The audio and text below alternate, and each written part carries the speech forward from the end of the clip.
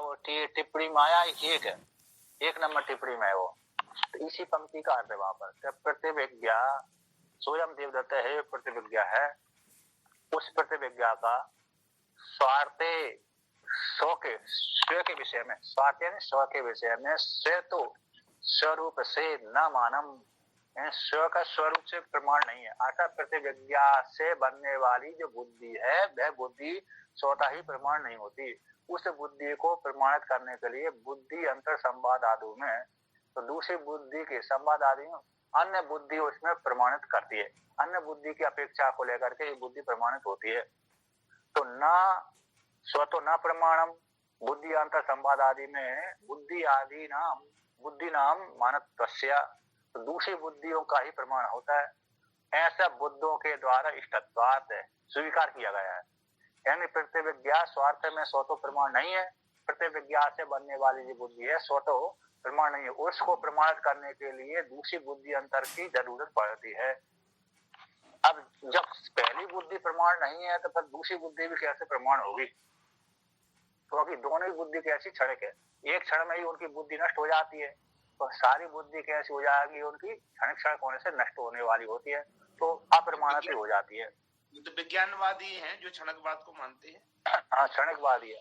तो यहाँ पर क्षणिक विज्ञानवाद बौद्धों का मत चल रहा है, बौद्धों का मत खंडन कर रहे हैं। तो प्रतिविज्ञा स्वतः प्रमाण नहीं है, तो बुद्धि अंतर संवाद आदि में दूसरी बुद्धियों का ही प्रमाणत्व है, दूसरी बुद्धियों की अपेक्षा को लेकर के प्रमाण होता है, इसलिए ऐसा बौद्धों के द्वारा स्वीकार किया गया है। न चा बुद्धि अंतर स्थायित्व साधिकम अस्ति, किंतु वह दूसरी बुद्धि को भी स्थायी रूप से स्वीकार नहीं करते। तो प्रतिविज्ञा मानस्यापि क्षणिकत्व, तो जो प्रतिविज्ञा हो रही है उसका भी क्षणिकत्व है, क्षणिकत्व हो जाएगा, जो ही उनको प्रतिविज्ञा होती है नहीं, तो वह भी क्षणिकत्व है। तो ऐसी क्षणिकत्व हो जाने पर तो फिर सर्वत्र कैसे अनासु प्रसंगात हो जाएगा, ये पंक्ति का अर्थ हुआ। क्योंकि स्थायी उन्होंने मानी नहीं है, तो एक बुद्धि स्वतः प्रमाण है नहीं है, तो परता प्रमाण होती है तो दूसरी बुद्धि की अपेक्षा रखती है, तो वह दूसरी बुद्धि भी कैसे हुई, क्षणिकत्व है ना। पहली बुद्धि जैसी क्षणिक है तो उसमें दूसरी बुद्धि क्षणिक हो जाएगी, तो वो उसकी प्रमाणित करने के लिए तीसरी बुद्धि की जरूरत पड़ेगी, तो तीसरी बुद्धि भी क्षणिक होने से वही मिथ्या है, तो इत्यादि चौथे के तो अनवस्था आदि दोष की प्राप्ति हो जाएगी। इसलिए तो प्रत्यक्ष प्रमाण और अनुमान प्रमाण में परस्पर विरोध मानेंगे तो कैसे हो जाएगा, किसी को विश्वास की प्राप्ति भी नहीं होगी, अनाश्रय प्रसंगात की प्राप्ति हो जाएगी। अब उसी को यहाँ पर विवरण करते हैं, इसी पंक्ति को क्या कहते हैं, विवरण करते हैं, यानी प्रसंग को प्रकट करते हैं। तो यदि च क्षणिकम सर्वम तद एव इदम इति गम्यमानम तद बुद्धेर अपि अन्यत तद बुद्धि अपेक्षते तस्य अन्यत तद बुद्धि अपेक्षत्वम इति अनवस्थायाम तत् सदृशम इति तद सदृशम इदम इति अस्य अपि बुद्धेः मृषात्वात् सर्वत्र अनास्वता एव। सरल करके समझाते चलिए। हाँ, सरल करके चल। यदि क्षणिकम सर्वम, विज्ञानवादी मानता है कि सब कुछ क्षणिक है, तो सिद्धांति उसके ऊपर क्षणिक विज्ञानवादी के योगाचार्य के ऊपर आक्षेप करता है। यदि सर्वम क्षणिकम, सब कुछ क्षणिक ही है, तो तद एव इदम, तो तद शब्द भूतकाल का वाचक है, इदम इस काल का वाचक है, वह यही वस्तु है। काशी में देखे जाने वाला देवदत्त को मैं अभी वर्तमान काल में नर्मदा किनारे देख रहा हूँ, तो वह यही तो है, दो बुद्धि हो गई, उस काल की बुद्धि इस काल की बुद्धि, तो वह यही है। इति गम्यमान बुद्धि, जो प्रत्यक्ष दिख रही है गम्यमान बुद्धि है, तद बुद्धि, उस बुद्धि को प्रमाणित करने के लिए अन्यत बुद्धि की अपेक्षता, दूसरी बुद्धि की अपेक्षा होगी। इस ज्ञान को पुष्ट करने के लिए, पहले ज्ञान को पुष्ट करने के लिए दूसरे ज्ञान की अपेक्षा होती है। जैसे कोर्ट आदि में है ना, अरे किसको मुजरिम को अथवा किसी को है ना, अपराधी को अपराध सिद्ध करने के लिए किसी गवाह की जरूरत पड़ती नहीं करती। हाँ, 2-3 गवाह जैसे देते हैं। दो तीन गवाह की जरूरत पड़ती है। उसी प्रकार से पहली बुद्धि को यही वस्तु है। इस बुद्धि को सिद्ध करने के लिए दूसरी बुद्धि की अपेक्षा होती है। जैसे कोर्ट में दूसरे गवाह, 2-3 गवाह की अपेक्षा होती है, उसी प्रकार से यहाँ पर भी दूसरी बुद्धि की अपेक्षा होती है। अब दूसरी बुद्धि भी कैसी होगी? क्षणिकत्व है। पहली बुद्धि जब क्षणिकत्व है तो उसी प्रकार से दूसरी बुद्धि भी विज्ञानवादी के मत में क्षणिकत्व है। उस बुद्धि, दूसरी बुद्धि का भी अन्यत है। तस्य अपि अन्य तद बुद्धि अपेक्षत्व, उस बुद्धि, दूसरी बुद्धि भी क्षणिक होने से ऐसी मिथ्या ही है, क्षणिकत्व होने से उसको भी सिद्ध करने के लिए तीसरी बुद्धि की अपेक्षा होगी। जब तीसरी बुद्धि की अपेक्षा करेंगे तो फिर वह भी तीसरी बुद्धि क्षणिकत्व है, तो उसके लिए चौथी बुद्धि की अपेक्षा हो गई। चौथी बुद्धि भी क्षणिकत्व होने से उसको भी सिद्ध करने के लिए पांचवी बुद्धि की अपेक्षा होगी। तो इस प्रकार से अनवस्था दोष की प्राप्ति हो जाती है। अनवस्था एक दोष विशेष है। पंचदशी में चक्रपत्ति, अन्योन्य दोष से आश्रय, चक्रपत्ति, अनवस्था दोष आदि आते हैं।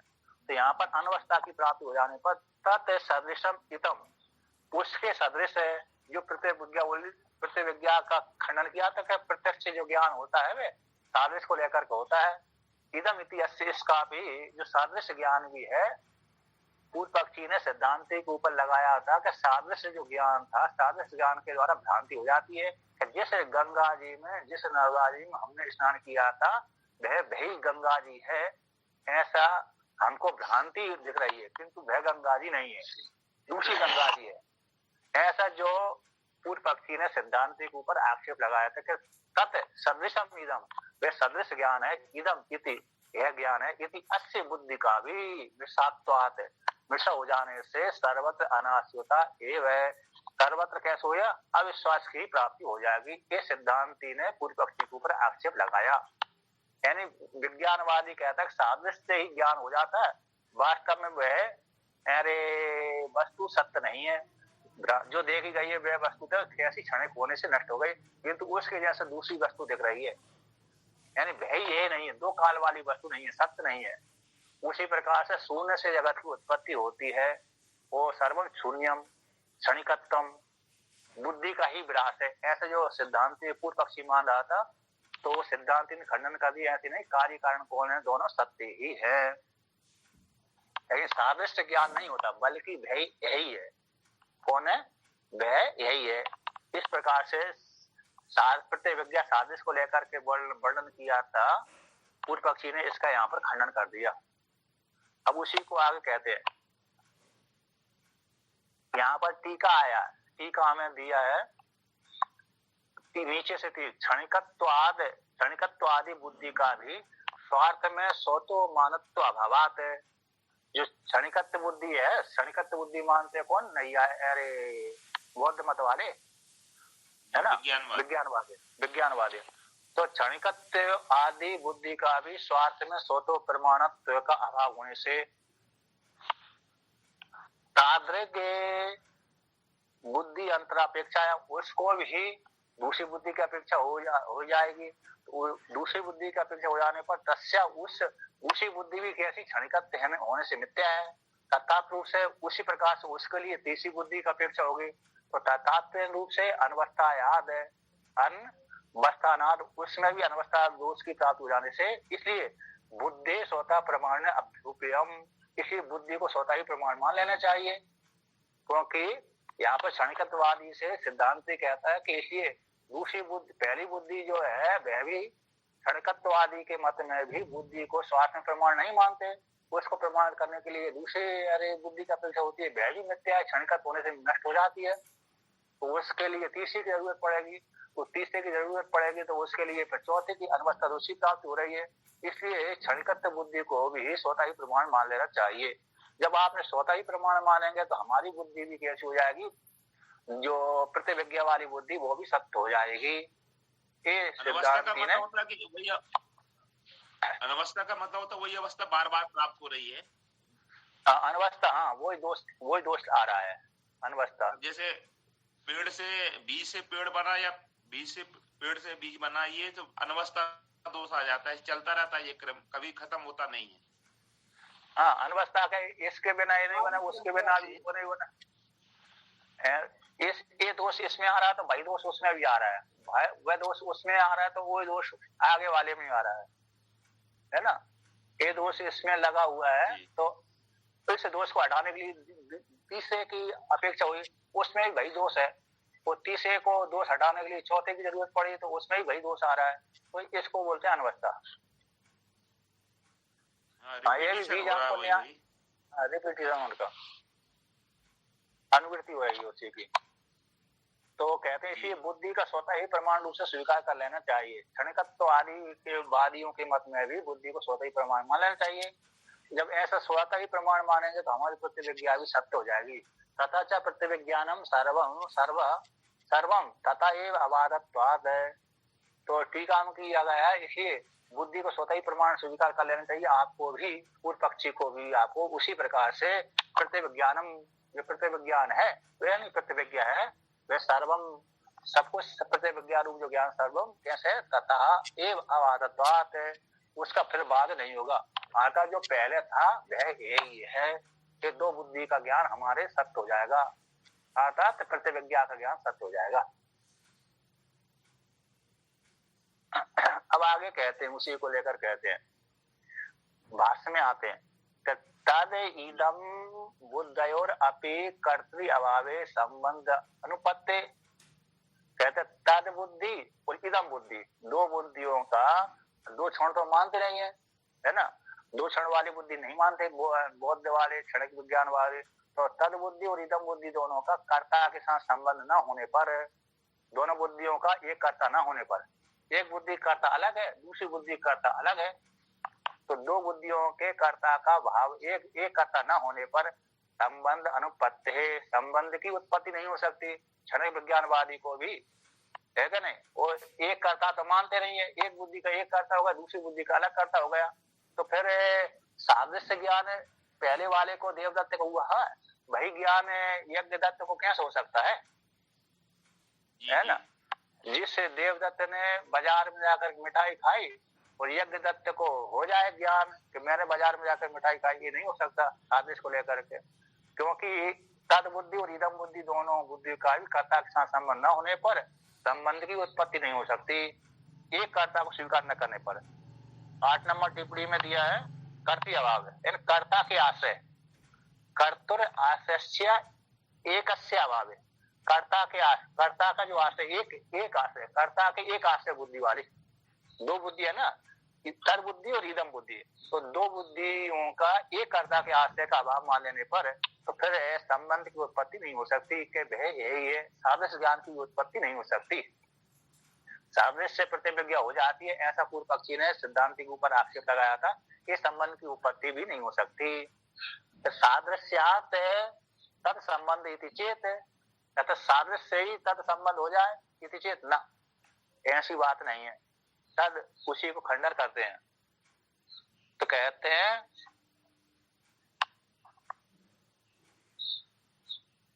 यहाँ पर टीकाकार कहते हैं, टीकाकार तद इदम इति, टीकाकार का किंच प्रतिविज्ञा का भ्रांतित्व, प्रतिविज्ञा को भ्रांतित्व कहने वाले के द्वारा स्वरूप का अपलाप नहीं हो सकता। तद बुद्धि और इदम बुद्धि दोनों का सामान्यीकरण होने से संबंध कहना चाहिए। तद बुद्धि यानी प्रतिविज्ञा को भ्रांतित्व कहने वाले बौद्धों के द्वारा स्वरूप का अपलाप नहीं कर सकते। तद बुद्धि और इदम बुद्धि दोनों बुद्धि का सामान्यीकरण है, यानी एक ही कर्ता के आश्रय होने से संबंध कहना चाहिए। साचा न वक्तुम शक्यते, ऐसा कहने के लिए शक नहीं है। क्षण द्वय संबंधी दृष्टा का अभाव, क्षण द्वय के साथ संबंध रहने वाले दृष्टा के अभाव को कहने के लिए शक्य नहीं है। तो तद बुद्धि इदम बुद्धि का यदि एक कर्ता का आश्रय नहीं मानेंगे तो संबंध की उत्पत्ति भी नहीं हो सकती। कि संबंध के न होने पर दो बुद्धियों का सादृश्य से तद बुद्धि हो जाए, तो कहते सादृश्य से संबंध, सादृश्य से यदि संबंध न होने पर भी तद बुद्धि और इदम बुद्धि दोनों बुद्धि के सादृश्य से तद बुद्धि हो जाए, ज्ञान हो जाए। देवदत्त ने खाया है, यज्ञदत्त को उसका अनुभूति हो जाए, तो ऐसी प्राप्त हो जाने पर सिद्धांत कहते ना, ऐसी बात नहीं है। कहते दोनों बुद्धि को स्वसंवेद होने से ग्राहकांतर से अभावात, दूसरे ग्रहांतर का अभाव होने से न सादृश्य सिद्धि, सादृश्य की सिद्धि नहीं होती। इसको लेकर खंडन करते हैं। यानी दो बुद्धियों सादृश्य, दूसरे व्यक्ति ने देखा था, दूसरे व्यक्ति को अनुभूति नहीं होती। कभी कभी जैसे जैसे अरे योग वासिष्ठ है ना, योग वासिष्ठ में कभी कभी हुआ है, किसी के साथ घटना घटी थी और किसी ने उसको अनुभव कर लिया, स्वप्न में देख लिया था, तो ये वहां पर तो अपवाद है, किंतु सर्वत्र ऐसा नहीं होता। तो यहाँ पर टीकाकार ने वर्णन किया, टीकाकार में 35 नंबर पृष्ठ की दूसरी पंक्ति में, तयो दोनों बुद्धियों का स्वसंवेद होने से, तद बुद्धि और इदम बुद्धि दोनों बुद्धियों का स्वसंवेद होने से ग्राहकांतरस्य अभावात, दूसरे ग्रहण करने वाले का अभाव होने से न साध्य सिद्धि नहीं हो सकती। साध्य सिद्धि क्योंकि देवदत्त ने देखा था, यज्ञदत्त को अनुभूति नहीं हो सकती, तो उसी को कहते हैं, भाष्य में आते हैं कि न सादृश्य का संबंध हो जाए ऐसा पूर्व पक्षी कहता है, तो सिद्धांत कहता है ऐसी बात नहीं। तद इदम बुद्धयोर इतरेतर विषयत्व अनुपत्ति, तद बुद्धि और इदम बुद्धि दोनों का परस्पर विषयत्व को उत्पत्ति नहीं हो सकती। देवदत्त की बुद्धि और यज्ञदत्त की बुद्धि में परस्पर विषयत्व की एक विषयत्व की उत्पत्ति नहीं हो सकती, नहीं होती। देवदत्त ने देखा, भाई यज्ञदत्त देख ले, यज्ञदत्त को अनुभूति हो जाए, ऐसा संभव नहीं है। जिस देवदत्त ने देखा है वही देवदत्त को ही पुनः उसकी अनुभूति होती है। तो तद बुद्धि इदम बुद्धि दोनों का इतरेतर विषयत्व की उत्पत्ति न होने से इसलिए सादृश्य ज्ञान भी नहीं होता। तो असत्य च इतरेतर विषयत्व सादृश्य ग्रहण अनुपत्ति, कहते इतरेतर विषय के प्राप्ति न होने पर सादृश्य ग्रहण की उत्पत्ति नहीं होती। सादृश्य ग्रहण अनुपत्ति, सादृश्य ज्ञान की प्राप्ति नहीं होती। इतरेतर का एक दूसरे का विषय न होने से तो सादृश्य ज्ञान की ग्रहण ज्ञान की अनुपत्ति उत्पत्ति भी नहीं होती, सादृश्य ज्ञान की प्राप्ति नहीं होती। इसलिए सादृश्य ज्ञान से भ्रांति, सादृश्य ज्ञान हो जाए, भ्रांति पूर्वक ज्ञान हो जाए, तो सिद्धांती ने खंडन कर दिया, दोनों का विषय अलग अलग होने से सादृश्य ज्ञान की सिद्धि नहीं हो सकती। अब उसी को आगे कहते हैं, बौद्ध मत के चारों सिद्धांतों का खंडन कर रहे हैं यहाँ पर। हाँ, बौद्ध मतों का। अब पुनः और आगे कहते हैं, सादृश्य सिद्धि, सादृश्य ज्ञान जो है असिद्धि को स्वीकार करके शंका करते हैं। असत्य एवं सादृश्य तद बुद्धि रीति चेत के सादृश्य के न होने पर ही तद बुद्धि हो जाए, सादृश्य ज्ञान के न होने पर भी उस विषय का ज्ञान हो जाए, किसी घटपट का ज्ञान हो जाए देवदत्त यज्ञदत्त को, इति चेत ऐसा कहो तो सिद्धांत कहते न तद इदम बुद्धयोर अपि सादृश्य बुद्धिवद असद विषयत्व प्रसंगात, तद बुद्धि और इदम बुद्धि दोनों बुद्धियों का भी सादृश्य बुद्धि समान, जैसे सादृश्य बुद्धि मिथ्या होती है उसी प्रकार से सादृश्य बुद्धि के समान असद विषयत्व प्रसंगात, असद विषयत्व की प्रसक्ति हो जाएगी। सादृश्य के ज्ञान न होने पर तद बुद्धि हो जाए तो असत विषयत्व की कैसे हो जाएगी, प्रसक्ति हो जाती है।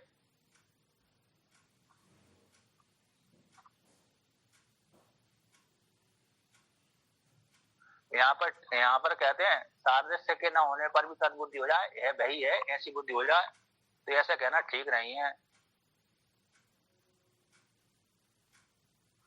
है ना।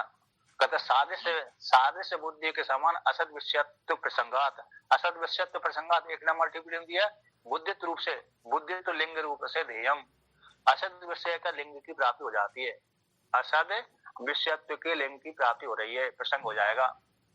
अब उसी को लेकर के आगे कहते हैं,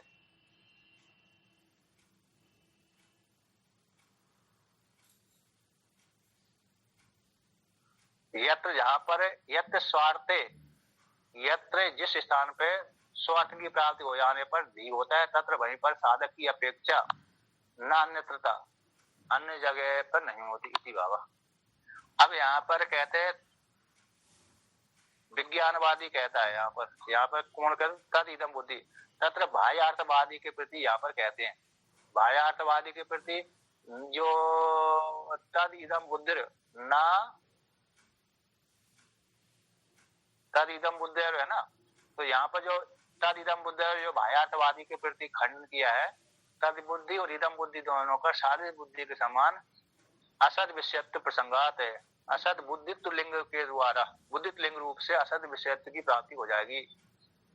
अब उसी को विज्ञानवादी को लेकर कहते हैं असद विषयत्व, कि असद विषयत्व में सर्वबुद्धि नाम अस्तित्व, कि असद विषय के सारी बुद्धियों का असद विषय ही हो जाए, सारे जितनी बुद्धि हैं सारी बुद्धियों को असद विषयत्व हो जाए।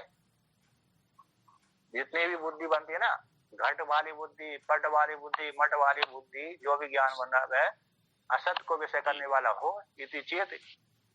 वेदत्व को विषय करने वाला ज्ञान, यज्ञदत्त को विषय करने वाला ज्ञान, प्रतिविज्ञा को विषय करने वाला जो ज्ञान है, जितनी बुद्धि बने वो बुद्धि कैसी असत को विषय करने वाला ही हो इति चेत। ऐसा कहो तो सिद्धांत कहते ना, बुद्धि बुद्धिर अपि असद विषयत्व प्रसंगात, कहते हैं तो फिर बुद्धि की बुद्धि का भी असद विषयत्व की प्रसक्ति हो जाएगी, फिर किसी को ज्ञान ही नहीं होगा। जिस किसी की बुद्धि बनेगी कैसे हो जाएगी, वो भी असत को विषय करने वाले होगी, मिथ्या ही सिद्ध होगी। तदपि अस्तु इति चेत,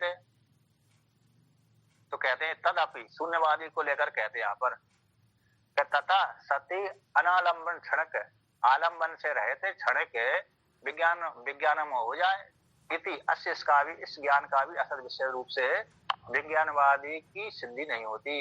विज्ञानवाद कैसे असिद्धि थी, तो शून्यवादी के प्रति तदपि ऐसे ही हो जाए, सब कुछ शून्य हो जाए, असद विषय हो जाए, उसको लेकर कहते हैं इति चेत, ऐसा कहा तो ना सर्वबुद्धि नाम मृषात्वे असत्य बुद्धि अनुपत्ति, यदि सारी बुद्धियों को मृषा रूप से स्वीकार कर लेने पर तो असत्य बुद्धि की भी उत्पत्ति नहीं होगी। जब सब कुछ बुद्धि मिथ्या ही सिद्ध हो गई, कैसे हो गई, जितनी भी बुद्धियां बन रही थी, जितना भी ज्ञान हो रहा था, घट वाला ज्ञान, पट वाला ज्ञान है, यदि वो सारी बुद्धियों को मिथ्या स्वीकार कर लेंगे तो असत्य बुद्धि की उत्पत्ति नहीं होगी। ये मिथ्या है, यहाँ पर घट नहीं है, यहाँ पर पट नहीं है, ऐसा ज्ञान भी सिद्ध नहीं होगा, ऐसा ज्ञान भी नहीं होगा। यानी जो कुछ भी बोलता है व्यक्ति, जैसे झूठा व्यक्ति भी बोलता है तो सब कुछ झूठा ही बोलता रहेगा, सत्य तो ज्ञान है, वो झूठ की भी प्राप्ति नहीं होगी, है ना। सत्य कुछ लोग बोलते हैं, कुछ झूठ भी बोलते हैं ना, तो कहते हैं जो सब कुछ मिथ्या ही मिथ्या बोलेगा तो फिर वो मिथ्या ज्ञान की प्राप्ति नहीं होगी। सारी बुद्धियों को मिथ्या स्वीकार कर लेने पर असत्य बुद्धि की उत्पत्ति नहीं होगी। तो इस प्रकार से शून्यवादी का भी यहाँ पर खंडन कर दिया।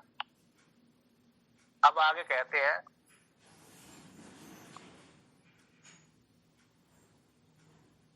तो कहते हैं कि तस्मात् उपसंहार करते हैं कि पर पक्ष का संभव न होने से प्रतिविज्ञा स्थायी हेतु सिद्धि, पर पक्ष यानी बौद्ध मत को पक्ष संभव न होने से प्रतिविज्ञा का स्थायी हेतु सिद्ध हो जाने पर दृष्टांत का साध्य वैकल्य, जो साध्य वैकल्य कर रहे थे, साध्य की विकलता के पहले वर्णन किया था कि कारण सत्य नहीं है, उत्पत्ति से पहले कार्य कारण कैसा सत्य था, ऐसे सिद्धांत वर्णन किया था, तो कारण सत्य नहीं है, ऐसा जो साध्य विकल्प कर रहे थे तो उसको यहाँ पर खंडन कर दिया।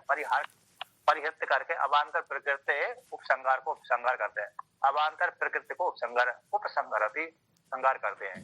तो क्या करते हैं, तस्माद असद एतत् सादृश्यात् तद बुद्धि रीति, इसी असद एतत् ये इस सत्य नहीं है, इसके सादृश्य से तद बुद्धि, सादृश्य से वह ज्ञान होता है, ये सत्य नहीं है इति। अतः सिद्ध है प्राक कार्य उत्पत्ति कारण सद्भाव, इसलिए ये सिद्ध हो गया है कि कार्य की उत्पत्ति से पहले कारण सद्भाव था, घट की उत्पत्ति से पहले मृतिका रूप कारण कैसा सत्य है। जब यहाँ पर घट रूप कार्य की उत्पत्ति से पहले मृतिका रूप कारण सत्य है, ये दृष्टांत हो गया। दृष्टांत में अभी जगत की उत्पत्ति से पहले ईश्वर है, उस ईश्वर के द्वारा ही संपूर्ण जगत उत्पन्न हुआ है, इस प्रकार से सिद्ध करना है कि नहीं। अब कहते हैं ब्रह्म से ही सबकी उत्पत्ति होती है, हाँ, ब्रह्म से ही सबकी उत्पत्ति यही सिद्ध करने हैं यहाँ पर। अब आगे कहते हैं उपसंहार करते हैं, क्या करते हैं, अतइति है ना, तो कहते हैं संप्रति कारण सत्य अनुमानम निगमयति, वर्तमान काल में कारण के सत्य रूप अनुमान को निगमन करते हैं। अतः अतः सिद्ध प्राक कार्य उत्पत्ति कारण सद्भाव, इसलिए सिद्ध होता है कार्य की उत्पत्ति से पहले कारण का सद्भाव सिद्ध होता है।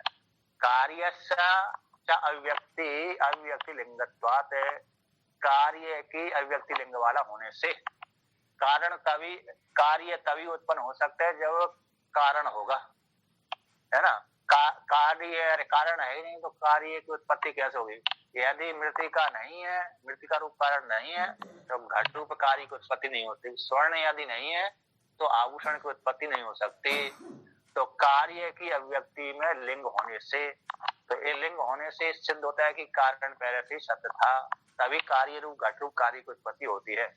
यदि माता पिता नहीं है तो पुत्र की उत्पत्ति भी नहीं हो सकती।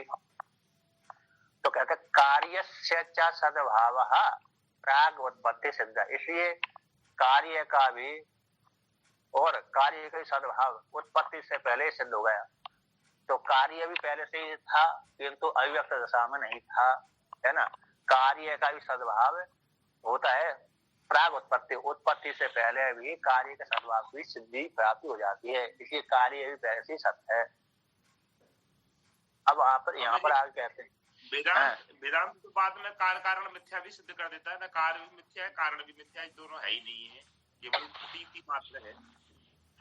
नहीं, कार्य कारण ऐसे, अरे कार्य कारण दोनों सत्य।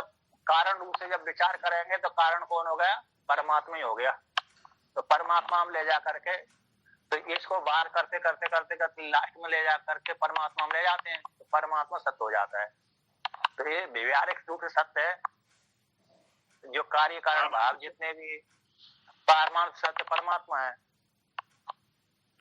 इसको लेकर के। तो इसलिए कार्य कारण सांख्य मत वाले भी कार्य कारण को सत्य मानते हैं और असत से सत्य की उत्पत्ति नैयायिक आदि मानते हैं। ये तो सत्कार्यवाद हो गया, ये तो ये सत्कार्य सांख्य दर्शन का और वेदांत दर्शन का इतना भाव तो सत्य एक जैसा ही है, कार्य कारण रूप से दोनों सत्य मानते हैं। अब आगे उसी को आगे बढ़े, कार्य कारण मिथ्या सिद्ध कर देता है क्योंकि प्रकृति सत्य नहीं है, इसलिए वो मिथ्या सिद्ध हो जाती है बाद में जाकर के। हम बाद में कारण को लेकर के ब्रह्म जाकर एक कर देते हैं। जी जी। अब आगे उसी को लेकर वर्णन करते हैं।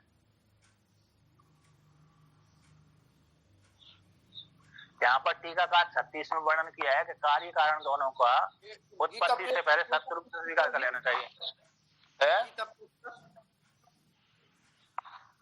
संख्या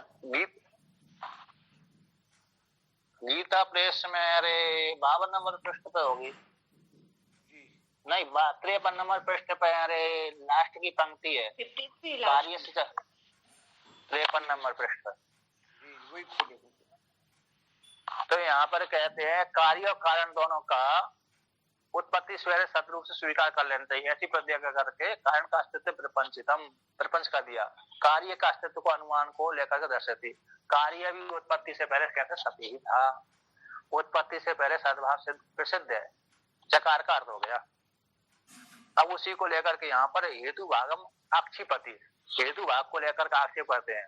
तो हेतु भाग कहाँ पर आया है, तो पीछे एक पंक्ति आई थी 35 नंबर पृष्ठ पे, कार्यस्य च अभिव्यक्ति लिंगत्वात् है। तो लिंगत्वात् में जो पंचमी विभक्ति होती है वह हेतु का वाचक होती है। पंचमी विभक्ति और तृतीय विभक्ति ये लिंग का बोध कराती है। पंचमंत्यात् तृतीयांत्यात्, तो तृतीयांत प्रातिपदिक को और पंचमी अंत प्रातिपदिक को लिंग कहते हैं। तो इसी लिंग को क्या करते हैं, आक्षेप करते हैं इसी लिंग के ऊपर। तो कथम अभिव्यक्ति लिंगत्वात् अभिव्यक्ति लिंगम अस्यति, कि अस्य कार्य अभिव्यक्ति का लिंग है, घटू पे कार्य अभिव्यक्ति का हेतु है। कैसे हेतु बन रहा है अभिव्यक्ति रूप लिंग वाला, तो अभिव्यक्ति लिंग है अस्य इस कार्य का, ये व्युत्पत्ति हो गई। घटे की अभिव्यक्ति हो रही है, प्रत्यक्ष दिख रहा है ना। अभिव्यक्ति लिंग है अस्य कार्यस्य, जिसका, ऐसे अभिव्यक्ति लिंग वाला होने से तो कैसे ये लिंग बन रहा, अभिव्यक्ति कैसे लिंग हेतु बन रहा है। तो कार्य घटू कार्य देख रहा है, इसी हेतु से कार्य सत्य है, ये आप कैसे कह सकते हैं। घट रूप है कार्य देखा जा रहा है, इससे सिद्ध होता है घट रूप कार्य पहले से सत है। कि आप कैसे कह सकते हैं? ये अभिव्यक्ति जो दिख रही ना, अभिव्यक्ति लिंग कैसे बनता है? घट की सिद्ध करने, घट को सत्य करने में, घट रूप कार्य को सत्य करने में अभिव्यक्ति कैसे हेतु बन रही है? ऐसी प्राप्ति हो जाने पर सिद्धांती कहता है। आगे वर्णन करते हैं।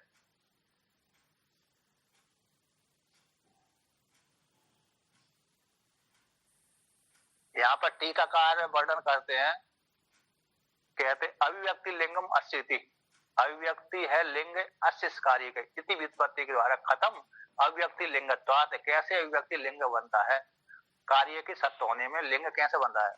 तो कार्य के सत्य में हेतु उच्यते, कार्य के सत्य होने में हेतु का हेतु कहते हैं कि सिद्धे सत्य, कार्य के सत्य, कार्य ज्ञात हो जाने पर अभिव्यक्ति लिंगम अस्य, कार्य के ज्ञात हो जाने पर अभिव्यक्ति लिंग है अस्य कार्य का। इति सिद्ध्यति, सिद्ध हो जाता, तद बल से ही कार्य के सत्य की सिद्धि हो जाती। इति अन्वय, इति सत्य सिद्धि, इति अन्योन्य आश्रित्वात्, एक दूसरे का आश्रय हो जाता है ना। ज्ञात हो जाने पर अभिव्यक्ति लिंगम अस्य, इस कार्य का। कोई घट का ज्ञान हो गया, जैसे मूर्ति, जैसे मूर्ति है, पत्थर है, पत्थर में मूर्ति कल्पना कर लेते हैं कि इसमें ये इतनी मूर्ति बन जाएगी। तो ज्ञात हो जाने पर अभिव्यक्ति लिंगम, अभिव्यक्ति का लिंग है अस्य इस कार्य का। इति सिद्ध्यति, ऐसे ज्ञात हो जाता है। ज्ञायते, तो तद बल से, उसी बल से ही सत्य सिद्धि, उसी बल से कैसे? अभिव्यक्ति रूप लिंग ज्ञान से, अर्थात से इस पत्थर की शिला में एक मूर्ति बन जाएगी। इस ज्ञान से कार्य रूप घट की सिद्धि हो जाएगी। इति अन्योन्य आश्रित्वात्, एक दूसरे का आश्रय हो जाने से। लिंग ज्ञान प्रतीक चिन्ह का ज्ञान ना?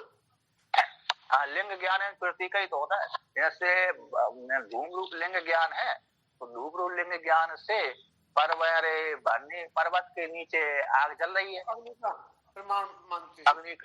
का ज्ञान हो जाता है। अब उसी को लेकर कहते हैं कि किस प्रकार से अभिव्यक्ति कार्य के सत्य होने में लिंग बनता है ना। अभिव्यक्ति लिंग है अस्य कार्य का, ऐसी व्युत्पत्ति करने से कैसे अभिव्यक्ति लिंग बनता है कार्य के सत्य होने में, उसी को लेकर वर्णन करते हैं कि अभिव्यक्ति साक्षात विज्ञान आलम्बनत्व प्राप्ति। जो अभिव्यक्ति है, साक्षात विज्ञान का आलम्बनत्व की प्राप्ति हो जाती है। साक्षात प्रत्यक्ष अप्रोक्ष ज्ञान, अभिव्यक्ति जो देख रही है ना, तो साक्षात विज्ञान के आलम्बनत्व की प्राप्ति में हेतु बनता है। एक नंबर टिप्पणी में दिया, साक्षात्कार दिया, अप्रोक्ष ज्ञान विषयत्व, अप्रोक्ष ज्ञान विषयत्व संबंधित रहता। अप्रोक्ष ज्ञान के चक्षु के द्वारा हमको सामने दिख रहा है, अप्रोक्ष ज्ञान कौन हो गया? चक्षु के द्वारा। तो चक्षु के द्वारा साक्षात विज्ञान के आलम्बनत्व की प्राप्ति हो जाती है अभिव्यक्ति। घट हमारे चक्षु के द्वारा देखा ही जा रहा है, उसी को विवरण करते हैं। कहते हैं यदि लोके प्रावृतम तम आदिना घटादि वस्तु तद आलोकादिना प्रावरणं तिरस्कारेण विज्ञान विषयत्व प्राप्नुवत् प्राक सद्भावं न व्यभिचरति। यह क्योंकि जो लोक में घट है, घटादि वस्तु है, तम आदि के द्वारा प्रावृतम ढकी हुई है, तो वह उस वस्तु को, घटादि वस्तु को जो तम के द्वारा ढक दी गई थी, वह वस्तु को, तद उस वस्तु को आलोक आदि ना, आलोक आदि प्रकाश आदि के द्वारा, सूर्य आदि प्रकाश के द्वारा प्रावरणम तिरस्कारण, जो आवरण था उसको तिरस्कार कर देने से विज्ञान विषयत्व, घट विज्ञान ज्ञान का विषयत्व हो जाता है। विज्ञान का विषयत्व प्राप्त होने वाला